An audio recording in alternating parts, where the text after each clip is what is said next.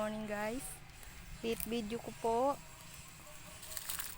At late update sa tanim po namin ni Chay ng pichay.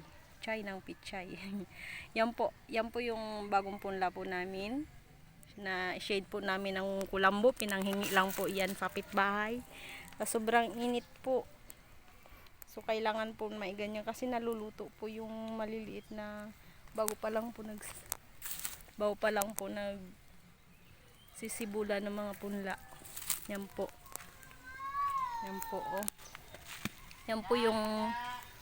Yan po yung aming bagong punla. Late upload sa mga video po namin nung una. Sobrang busy. Yan po siya, nagdidilig po, sobrang init. Siya nga po pala. Ito po yung ano namin.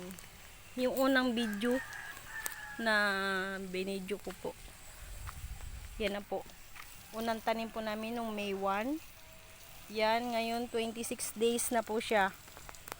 Yan. Yung hinakutan po namin ng tayo ng baka, yan na po.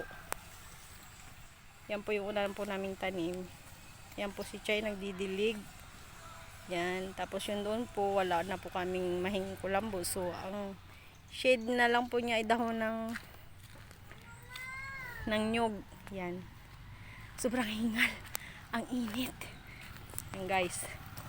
Yung tubig po nanggagaling po yan doon sa bomba sa amin. So, kinabitan lang po yan namin ng water pump para po makarating po dito sa kabila side. Matagal na po namin yung nabili sa online. Nung unang garden pa po namin dito. Yan. Yan po. Habang nag-aantay po ng schedule ng opera niya.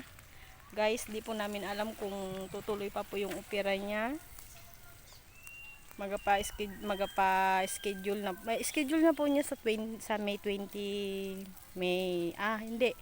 Schedule niya po ng opera June 20. Then magapa-clearance na po kami sa 29. Hindi po namin alam kung itutuloy pa po yung opera niya kasi okay naman daw siya. Nagdadalawang isip po siya kung itutuloy niya pa po. Kasi nawili na po siya dito sa kanyang garden. Yan.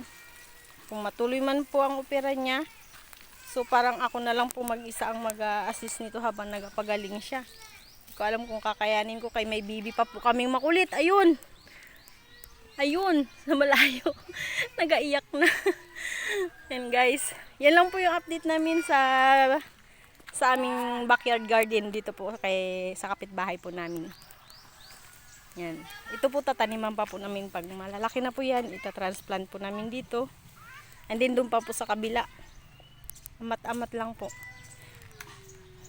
Umaga hapon lang po kasi yung ano namin kay sobrang init.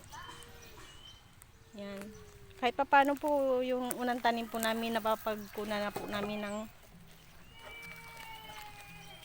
ng income. Nakabinta na po kami niyan. Marami na pong nabili sa kapitbahay, mga kapitbahay po namin. Kasi fresh. Wala po yung spray. Abono lang po. Wala pong spray na pang sa insekto kasi malulusog naman po oh. Matataba. Yan. Yan lang po guys. Thank you. And then follow and share po. Thanks. Bye.